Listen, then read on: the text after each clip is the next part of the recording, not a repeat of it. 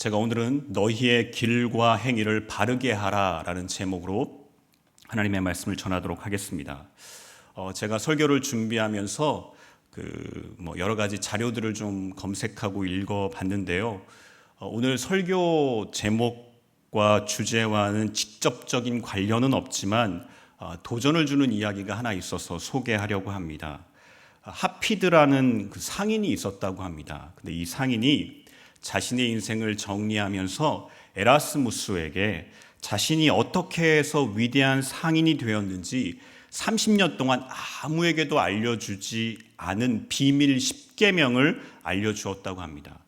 첫째, 좋은 습관을 반복해라. 둘째, 사랑으로 모든 사람을 대해라. 셋째, 포기하지 말고 성공할 때까지 밀고 나가라. 이어서 계속 나열을 하고 아홉째, 실천하는 삶을 살아라. 그리고 열째는 지금까지 말한 9가지 내용을 놓고 전능하신 하나님께 기도하지 않으면 아무 소용이 없다라고 했다고 합니다. 저는 이 이야기를 읽으면서 온라인 이 금요기도에 참여해서 함께 기도하는 것이 얼마나 축복된 일인지를 알게 되었습니다. 다시 한번 주님께 내 자신의 삶을 돌이키고 모든 생각과 마음과 의지를 주님께 집중시키고 믿음으로 기도해서 전능하신 하나님을 오늘 이 밤에 경험하는 그런 은혜가 있기를 주님의 이름으로 축복합니다. 오늘 본문 예레미야 7장은 예레미야가 성전 문에서 설교한 성전 설교입니다. 그 예레미야 1장부터 6장은 예레미야의 서론에 해당됩니다. 그리고 7장부터가 이제 본론인데요. 이 7장에서 기록하고 있는 예레미야의 성전 설교는 예레미야의 핵심 주제와 내용이라고 할 수가 있습니다. 그리고 예레미야의 성전 설교는 그 예레미야 26장에도 다시 한번 반복이 되는데 그 내용이 7장과 동일합니다. 그래서 예레미야가 동일한 내용의 설교를 성전 문 앞에서 여러 번 반복한 것으로 우리가 이해할 수가 있습니다. 예레미야 7장에는 그가 어떤 시대적 배경 속에서 어떤 시대적 맥락 속에서 설교를 행했는지 그것에 대한 기록은 없습니다만 예레미야 26장에 보면 그 시기에 대해서 기록을 하고 있습니다. 26장 1절을 보면 제가 한번 읽어보겠습니다. 유다 왕 요시야의 아들 여호야김이 다스리기 시작한 때에 라고 말씀하고 있습니다. 예레미야는 여호야김이 다스리는 시대적 그런 맥락 속에서 유다 백성들에게 오늘 본문을 통해서 너희의 길과 행위를 바르게 하라 라고 설교하고 있는 것입니다. 이 예레미야의 성전 설교 메시지가 구체적으로 무엇을 의미하는지 함께 살펴보면서 말씀의 은혜를 나누고자 합니다. 먼저 예레미야는 종교적인 어떤 의식, 예식, 어떤 형태 이런 것보다 그들의 길과 행위를 바르게 하는 것, 즉 하나님의 말씀을 삶에서 살아내는 것이 정말 중요한 신앙이다 이렇게 설교하고 있습니다. 여러분, 그 유다에 므낫세라는 왕이 있었습니다. 그 아버지가 히스기야 왕인데요. 이 므낫세 왕은 유다 역사상 최악의 왕이었습니다. 이 왕이 예루살렘에서 55년간을 군림했습니다. 근데 이방신을 섬기도록 부추겨서 온 백성이 막 성적인 타락에 빠지게 되었습니다. 방방곡곡에 신전을 세웠고 거기에 성창을 만들었고 점쟁이와 마술사를 불러와서 백성들을 미신에 빠지게 했습니다. 므낫세는 새로운 악을 창출해내는 능력에는 한계가 없었고 더러운 것을 추구하는 욕망도 만족할 줄 몰랐습니다. 이런 악정의 결과 믿음은 잊혀져 가기 시작했습니다. 일부의 사람들만이 진정한 예배 행위를 기억하고 있었습니다. 소수의 신실한 자들은 자신을 숨긴 채 살아가고 있었습니다. 이제 그 므낫세가 죽고 그의 아들 아몬이 왕이 되는데요. 이 아몬이 금방 살해를 당합니다. 그리고 8살짜리 요시야가 왕이 됩니다. 요시야는 나이는 어렸지만 순전한 마음을 갖고 있는 왕이었습니다. 그래서 그는 성전을 수리하고 복구를 했고 그 과정에서 오래된 책 한 권을 발견했는데 그것이 바로 신명기 말씀이었습니다. 이 신명기 말씀을 통해서 유다의 종교개혁을 일으켰고 다시 성전과 예배를 회복시키는 그런 역사를 이루었습니다. 이제 요시아가 죽고 그 뒤를 누가 이었냐면 사실은 여호아하스가 그 왕위를 이었습니다. 그런데 애굽왕 그 느고가 그를 인질로 잡아갔죠, 이집트로. 그리고 그가 세운 왕이 누구였냐면 바로 여호야김 왕이었습니다. 그리고 예레미야는 바로 여호야김 왕 시대에 지금 성전 문에서 설교를 하고 있는 것입니다. 여러분, 예레미야의 설교가 어떻게 시작하고 있는지 본문 한번 1절부터 한번 볼까요? 1절부터 3절을 보면 이렇게 말씀하고 있죠. 제가 다시 읽어보겠습니다. 여호와께로부터 예레미야에게 말씀이 임하니라. 이르시되 너는 여호와의 집 문에 서서 이 말씀을 선포하여 이르기를 여호와께 예배하러 이 문으로 들어가는 유다 사람들아, 여호와의 말씀을 들으라. 만군의 여호와 이스라엘의 하나님께서 이와 같이 말씀하시되 너희 길과 행위를 바르게 하라. 그리하면 내가 너희로 이곳에 살게 하리라. 여러분, 지금 여호와께로부터 예레미야에게 말씀이 임했습니다. 그리고 예레미야는 여호와의 집 문, 즉 성전 문에서 여호와께 예배하러 오는 자들에게 말씀을 선포합니다. 근데 그가 하나님께 받아 예배하러 오는 자들에게 선포한 말씀은 너희의 길과 행위를 바르게 하라 라는 말씀이었습니다. 여러분, 하나님께서 예레미야를 통해 예배하러 오는 자들에게 너희의 길과 행위를 바르게 하라라고 하는 메시지를 주신 이유가 무엇일까요? 아까 말씀드렸듯이 요시아의 종교개혁으로 성전에 있던 우상들은 다 제거됐습니다. 그리고 하나님을 향한 예배가 다시 재개됐고 다시 시작되었습니다. 그리고 예배의 의식은 점점 더 정교해졌고 화려해졌습니다. 예전하게 관점에서 볼 때 흠잡을 것 없는 예배, 최고의 예배가 드려지고 있었습니다. 아무 문제가 없어 보입니다. 하지만 요시아의 죽음 이후 그 개혁은 중단되었고 그 요시아의 개혁이 피부만큼이나 얄팍한 개혁으로 그치고 말았습니다. 하나님을 향한 거룩한 양식의 예배는 성전에서 진행되었지만 유다 백성들의 삶은 정작 거룩하지 못했던 것입니다. 여러분, 얼마 후면 이제 추석 명절을 맞이하는데 제가 이제 과일 상자를 접할 때마다 추석의 풍성함을 무색하게 만드는 순간을 경험하곤 합니다. 여러분, 제가 그것을 조사해 보니까 일면 속박이라고 하는 그런 포장 방법이라고 합니다. 이제 한눈에는 보암직한 최상품의 물건을 맨 위에 덮어서 보이지 않게 하고 덮어두고 보이지 않는 그 속에는 그의 못 미치는 허란 물건을 숨겨두어 부당한 이득을 취하는 상술이 바로 속박이라는 기술이라고 합니다.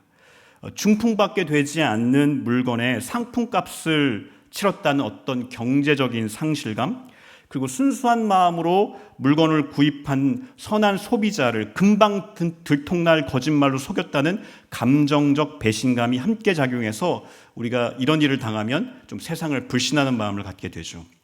여러분, 겉만 보고 마음이 당겼다가 정작 속이 그렇지 않음을 알았을 때 느끼는 낭패감은 비단 물건을 구매할 때만 해당되는 것이 아닙니다. 겉모양과 다른 영 딴판의 속내를 드러내는 사람들이 있기 때문에 그렇습니다. 그런데 지금 하나님께서 유다 백성들이 예배하러 오지만 겉모습은 경건해 보이지만 그 삶에는 하나님의 말씀이 없는 영적인 속박이와 같다, 이렇게 말씀하시는 것입니다. 여러분, 한번 우리가 냉정하게 한번 생각해 보십시오. 겉모습을 경건하게 하고 거룩하게 한다고 해서 그 속사람까지 거룩해지거나 경건해지는 것은 아니지 않습니까? 여러분, 우리가 교회 안에서 성전 안에 모여서 거룩한 모습으로 찬송 부르고 기도를 한다고 해서 내 자신이 거룩해지는 것은 아니지 않습니까? 마치 인간이 외양간에 가서 말 울음소리 낸다고 해서 인간이 말이 되지 않는 것과 같은 이치 아닙니까? 또 여러분, 하나님과의 관계도 마찬가지 아닙니까? 여러분, 너를 사랑해 하루에 수십 번 우리가 소리를 낸다고 해도 성숙한 인연이 되지 않을 수 있습니다. 그 표현이 아무리 아름답다 해도 그 표현 안에 영혼이 느껴지지 않는 말이라면 관계가 진전될 수가 없는 것이죠. 여러분, 우리의 길과 행위를 바르게 하는, 즉 하나님의 말씀을 삶에서 살아내는 변화된 삶이 없다면 그 예배가 아무리 화려해도, 아무리 완벽할지라도 인간적인 쇼가 되고 마는 것입니다. 여러분, 그렇다고 해서 유다 백성들의 예배를 띄엄띄엄 대충대충 보시면 안 됩니다. 유다 백성들은요, 나름대로 정성스럽게 예배를 하나님 앞에 드렸습니다. 예레미야 6장 20절인데요. 한번 그 말씀을 보면 이렇게 기록이 되어 있습니다. 시바에서 유향과 먼 곳에서 향품을 내게로 가져오면 어찌함이냐. 나는 그들의 번제를 받지 아니하며 그들의 희생제물을 달게 여기지 않노라.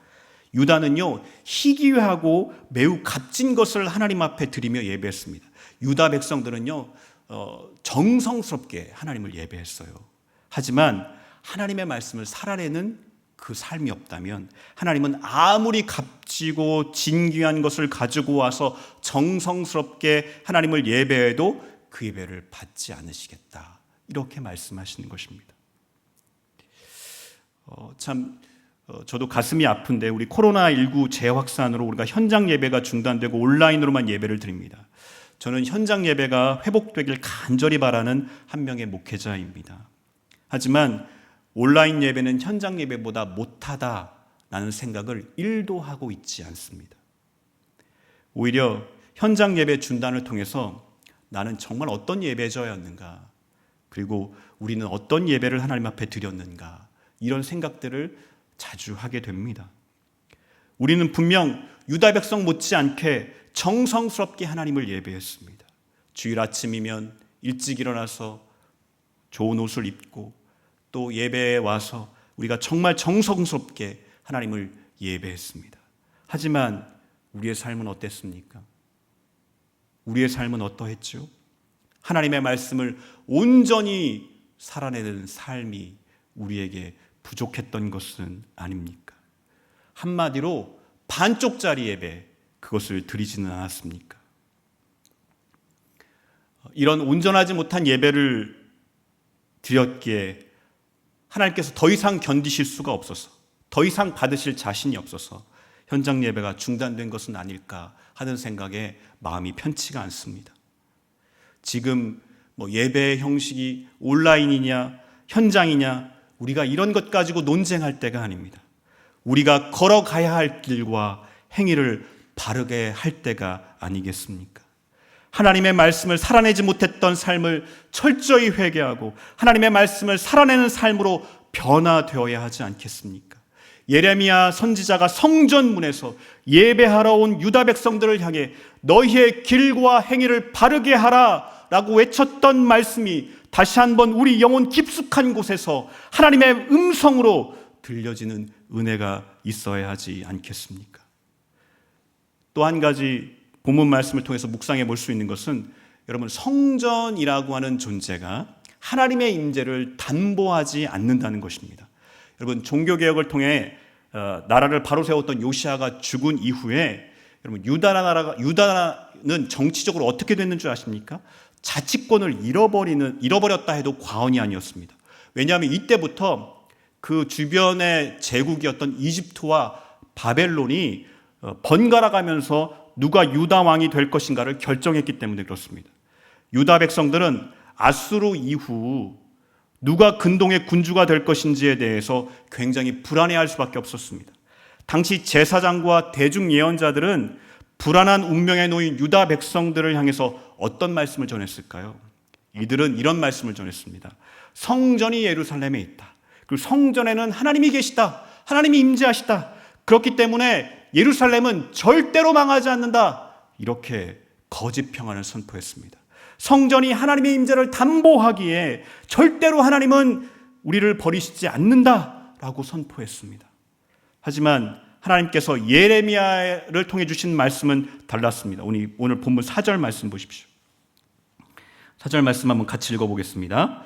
너희는 이것이 여호와의 성전이라, 여호와의 성전이라, 여호와의 성전이라 하는 거짓말을 믿지 말라.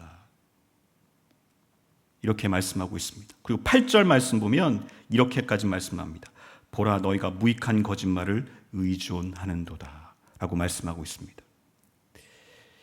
예레미야에게 임한 하나님의 말씀은 예루살렘의 성전이 있기 때문에 하나님께서 버리시지 않는 것이 아니라 너희의 길과 행위를 바르게 할 때 하나님께서 지켜주신다 이렇게 말씀하고 있는 것입니다. 그래서 그것에 대해서 구체적으로 5절 말씀에 보니까 이웃들 사이에서 정의를 행하라고 말씀합니다. 그리고 6절 말씀 한번 제가 읽어보겠습니다. 이방인과 고아와 과부를 압제하지 아니하며 무죄한 자의 피를 이곳에 흘리지 아니하며 다른 신들의 뒤를 따라 화를 자초하지 아니하면 이라고 말씀하고 있습니다. 저는 이 말씀을 이렇게 묵상했습니다. 여러분, 인간이 왜 우상을 숭배하지요? 왜 인간이 다른 신을 섬기게 되지요? 자신의 욕망, 자신 안에 있는 이 정욕, 욕망을 극대화하기 위해서입니다. 자신의 정욕을 극대화시킬 그런 우상을 찾는 것이죠. 여러분, 근데 자신의 정욕을 극대화하다 보면 어떤 일이 벌어집니까? 이웃을 압제하게 됩니다. 사회적 약자인 이방인과 고아와 과부를 무시하고 함부로 대하게 됩니다. 여러분, 하나님과의 수직적인 관계가 깨어지니 수평적인 이웃과의 관계도 깨어지는 것이 아니겠습니까? 그런데 하나님의 말씀의 핵심은 무엇입니까? 예수님께서 율법 중에 어느 계명이 크다고 말씀하셨습니까? 내 마음을 다하고 목숨을 다하고 뜻을 다하여 주 너의 하나님을 사랑하라 하셨으니 이것이 크고 첫째 되는 계명이요 둘째도 그와 같으니 내 이웃을 내 자신과 같이 사랑하라 하셨으니 여러분, 이 두 가지의 계명을 살아내는 것, 그게 길과 행위를 바르게 하는 것이요 하나님의 말씀을 살아내는 것입니다. 그리고 이때 하나님께서 우리와 함께 하시며 그 어떤 상황 속에서도 우리를 지켜주시는 줄 믿습니다. 제가 그 교회에서 여러분 군선교를 담당하고 있는데요. 제가 군에 계신 목사님들하고 이제 통화를 하면서 이야기를 나누고 있는데 여러분, 사회적 거리가 2.5단계가 됐잖아요. 그것이 실시되면서 장병들의 휴가, 외박, 외출이 전면 통제되었습니다. 근데 장병들이 자신들이 이런 처지에 놓인 것에 대해서 누구 탓을 하는 줄 아십니까? 여러분, 교회 탓을 하고 있습니다. 여러분, 진실 여부를 떠나서 언론은 교회가 코로나19 확산에 일조했다고 보도를 하지 않습니까? 그리고 이 뉴스를 접한 우리 장병들은 교회 때문에 내가 휴가를 못 나가는구나, 외박과 외출이 금지당했구나 라고 생각한다는 것입니다. 여러분, 그러면 그 젊은 장병들의 마음 가운데 교회에 대한 어떤 생각들이 자리하게 됩니까? 부정적인 감정이 계속해서 쌓이지 않겠습니까? 여러분, 참 요즘 교회가 어려운 처지에 놓여 있습니다. 근데 이런 상황에서 과연 우리가 회복해야 될 믿음이 무엇일까? 여러분, 교회는 하나님의 것이니 하나님께서 지키실 것이다 라는 말 듣기는 좋을지 모르지만 어쩌면 무익한 거짓말일지도 모릅니다. 하나님께서는 얼마든지 성전이 있는 예루살렘을 버리신 분이라고 성경의 역사가 말하고 있습니다. 근데 이 역사를 우리가 되풀이해야 되겠습니까? 또 우리 본문 12절 말씀에 보면 실로가 나옵니다. 12절부터 이제 실로에 대한 이야기가 나오는데요. 여러분, 실로가 어떤 곳이냐면 실로는 북왕국 이스라엘의 주된 예배 처소였습니다. 이스라엘이 가나안 정착 후 처음으로 성막을 세운 곳이 실로였습니다. 이스라엘이 정복한 땅을 분배한 곳도 실로였습니다. 여러분, 제사장 엘리 그의 성막이 실로에 있었습니다. 사무엘 선지자가 실로에서 부름을 받았습니다. 하지만 북왕국 이스라엘의 멸망과 함께 실로는 파괴되었다고 고고학은 증거하고 있습니다. 지금 교회는 하나님께서 지키신다는 믿음이 필요한 것이 아니라 하나님과의 관계를 바르게 하지 않고 이웃과의 관계를 바로 하지 않으면 하나님께서 우리를 버리실 수 있다는 위기의식을 갖는 것, 그것이 더 필요하지 않겠습니까? 그래서 하나님의 말씀을 내가 지금부터라도 정말 삶으로 살아내야겠다는 결연한 믿음의 회복이 우리에게 필요할 것입니다. 사랑하는 성도 여러분, 오늘 제가 좀 불편한 말씀을 전했습니다. 근데 저에게 계속 이런 말씀이 마음속에 들어서 어쩔 수가 없었습니다. 저는 문제가 없기 때문에 이 말씀을 전한 것이 아닙니다. 저 역시 이 말씀에 해당되는 사람입니다. 코로나19로 인해 우리 성도님들의 삶이 여러 면에서 어렵고 힘든 것 알고 있습니다. 하지만 값싼 위로가 우리가 직면한 문제를 해결해 주지 못합니다. 시급한 문제가 많겠지만 우리가 살 수 있는 본질적인 길은 우리의 길과 행위를 하나님 앞에서 바르게 하는 것입니다. 우리에게 가장 시급한 것, 우리가 가장 우선순위로 둬야 될 것, 하나님의 말씀을 살아내는 큰 믿음을 회복하는 것입니다. 하나님과의 관계, 이웃과의 관계를 회복하는 것입니다. 이렇게 우리가 너희의 길과 행위를 바르게 하라는 하나님의 말씀에 순종할 때 코로나19의 위기, 아니 그 이상의 환난이 와도 하나님께서 우리를 지켜주시고 보호해 주실 줄 믿습니다. 이 놀라운 주의 은혜를 누리는 모든 성도님들 되시기를 주님의 이름으로 간절히 축원합니다.